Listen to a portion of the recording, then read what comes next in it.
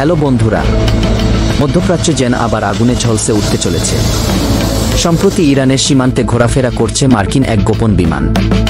Israel বলছে এটি একটি আত্মরক্ষা মিশন, কিন্তু ইরান বলছে এটা আসলে এক ভয়ঙ্কর ষড়যন্ত্রের শুরু। আজকের এই ভিডিওতে আমরা বিশ্লেষণ করব এই মার্কিন বিমানটি কি, কেন ইসরায়েল এখনই ইরানকে থামাতে চায়, এই পরিস্থিতি কি বড় ধরনের যুদ্ধের দিকে এগোচ্ছে। শেষ পর্যন্ত দেখুন, কারণ এই ভিডিওতে এমন তথ্য আছে যা আপনি আগে কখনো শোনেননি। মার্কিন বিমান MQ-30J।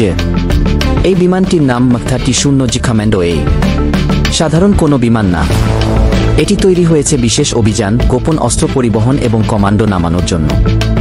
এই বিমান দেখা গেছে ইরাক, কুয়েত, জর্ডান এবং সবচেয়ে গুরুত্বপূর্ণ ইরান সীমান্তের কাছে। বিশেষজ্ঞদের মতে এই বিমান পূর্বাক্রমণ প্রস্তুতির অংশ, অর্থাৎ আগে থেকে অস্ত্র ও সৈন্য মোতায়েন করে রাখা, যাতে হঠাৎ যুদ্ধ শুরু হলে এক মুহূর্ত দেরি না হয়। ইসরায়েলের ভয় ও পরিকল্পনা।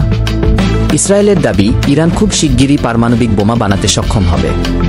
তারা বলছে, আমরা যদি এখনই পদক্ষেপ না নেই, তাহলে ভবিষ্যতে আমাদের অস্তিত্ব হুমকির মুখে পড়বে।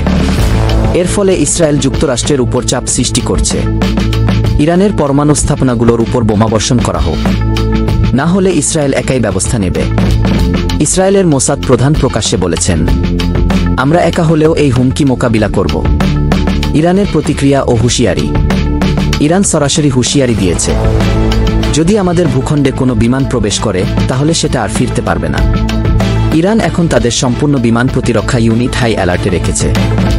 ড্রোন স্কোয়াড ও ক্ষেপণাস্ত্র ইউনিট প্রস্তুত। সাম্প্রতিক এক ভাষণে খামেনি বলেন, আমরা যুদ্ধ চাই না, কিন্তু কেউ যদি আগুন নিয়ে খেলে আমরা চুপ থাকব না। গোপন ডিল ও যুক্তরাষ্ট্রের অবস্থান। অনেকেই প্রশ্ন করছে, যুক্তরাষ্ট্র কি সত্যি ইরানের বিরুদ্ধে হামলার প্রস্তুতি নিচ্ছে? কয়েকটি রিপোর্টে দাবি করা হয়েছে, ইসরায়েল এবং যুক্তরাষ্ট্রের মধ্যে গোপনে একটি প্রিম্পটিভ স্ট্রাইক এগ্রিমেন্ট হয়েছে। অর্থাৎ যদি প্রমাণ মেলে ইরান বোমা তৈরি করছে, তাহলে তারা একসঙ্গে হামলা চালাবে।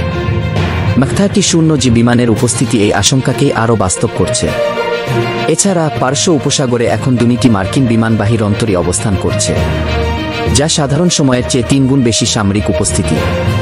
যদি যুদ্ধ শুরু হয়, এই মুহূর্তে সবচেয়ে বড় প্রশ্ন, যদি ইরান ও ইসরায়েলের মধ্যে যুদ্ধ শুরু হয় তাহলে তার প্রভাব কোথায় গিয়ে থামবে? বিশেষজ্ঞদের মতে এই যুদ্ধ সিরিয়া, লেবানন, ইয়েমেন পর্যন্ত ছড়িয়ে পড়তে পারে। হেজবুল্লাহ, হামাস, এমনকি রাশিয়া ও চীনের ভূমিকা নিয়েও অনিশ্চয়তা রয়েছে। বিশ্ব অর্থনীতিতেও বিপর্যয় নেমে আসতে পারে, বিশেষ করে তেলের বাজারে। এমনকি দক্ষিণ এশিয়াতেও এর প্রভাব পড়তে পারে। বিশেষ করে ভারত পাকিস্তানের মধ্যপ্রাচ্য নীতি বদলে যেতে পারে। তো বন্ধুরা, এই পরিস্থিতি দিন দিন আরও উত্তপ্ত হয়ে উঠছে।